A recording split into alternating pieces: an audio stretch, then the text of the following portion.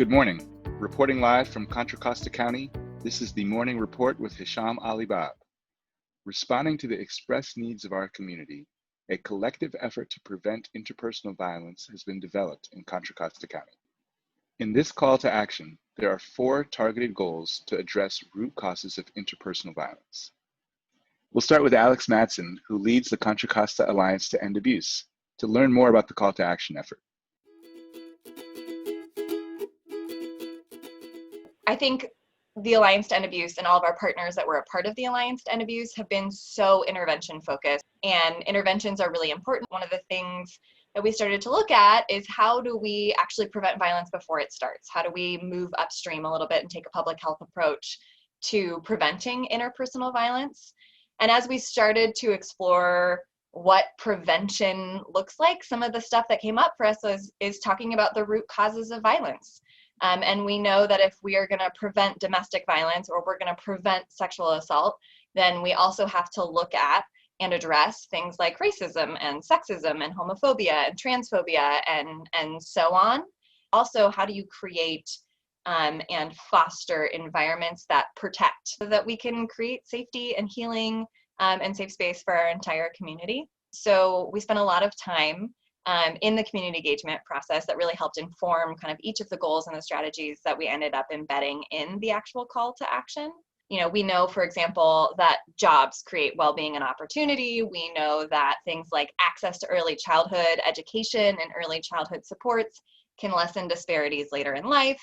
We know that people are safer when they have connections to supportive networks or deep relationships. So those are some of the things that we really looked at and tried to kind of bake in to the call to action in terms of some of the strategies to foster those protective environments.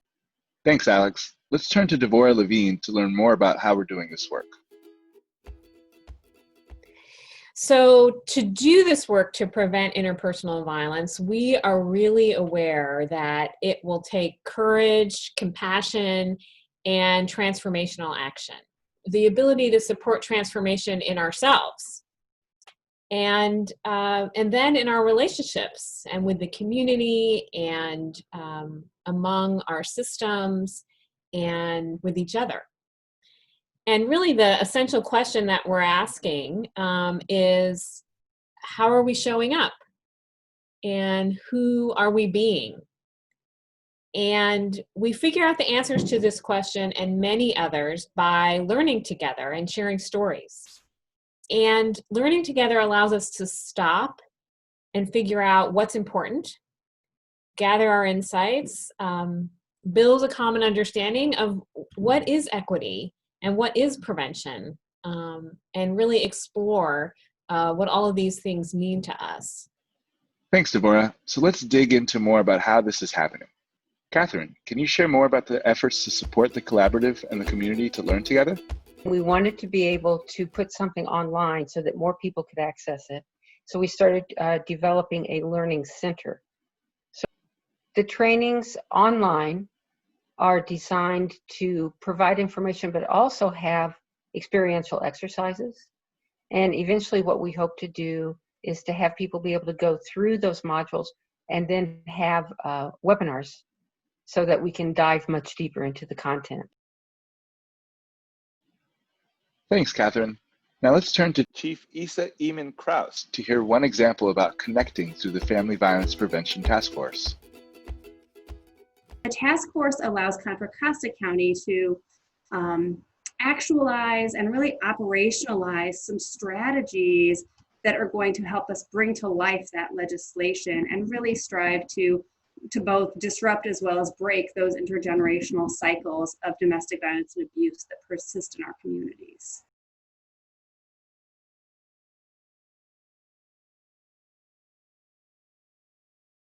Probation plays a really unique role in the public safety system. We balance compliance with rehabilitation, and we always do that through a lens of victim support, right? And so to the extent that my officers can be well informed to better support our community, to better support our victims, and to have strategies and tools in place that also prevent further victimization. I think it's essential then that probation is really actively involved in strategies and efforts like this. Thanks, Isa. Now let's move to Sydney Dean to hear more about a special project around Goal 2, strengthening community connectedness. We've seen that communities that invest in strong networks across generations really contribute to improving the well-being of their residents. This project is a collaboration between the Alliance, Family Justice Center, Generations United, and a major tech company. The project is currently virtual, and it's really been able to bridge the gap between the older generation and the younger generation. Because we know that both generations report high levels of loneliness and isolation. So in times like this, we were able to connect both demographics and educate them on things like online safety. It also strengthens the community's capacity to apply cross-generational strategies and values to a range of community issues like interpersonal violence, racial equity, and policing. Thanks, Sydney. We are all inspired by this project. Now we're going to hear from Marisol Martinez, who will share about an inspiring project that she created as a fellow at the Family Justice Center. Project Connect brings people together to learn about resources and provide connection to support each other. My name is Marisol Martinez, and I co-created with my community, Trust, Justice, Compassion, Humanity, Project Connect. So Project Connect is a monthly meeting for Latina survivors of domestic violence. We start Project Connect at the Family Justice Center in Concord almost 4 years ago. It's a safe space that we created in a community together. We try to share our voices with everybody. They can speak and hear together. So that was my my compassion for my community, especially for Latino community. Thank you, Marisol, for your work and for sharing your story as a community action hero, taking action to prevent interpersonal violence in your community.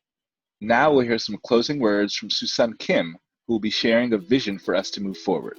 I think that when we switched our conversation around from intervention to prevention, that was really an important pivot. And I call it pivot, not transition, not change, because we are still very firmly rooted in our work on intervention. And when we made that pivot, I think that was really important because we started looking at the social determinants and root causes of violence.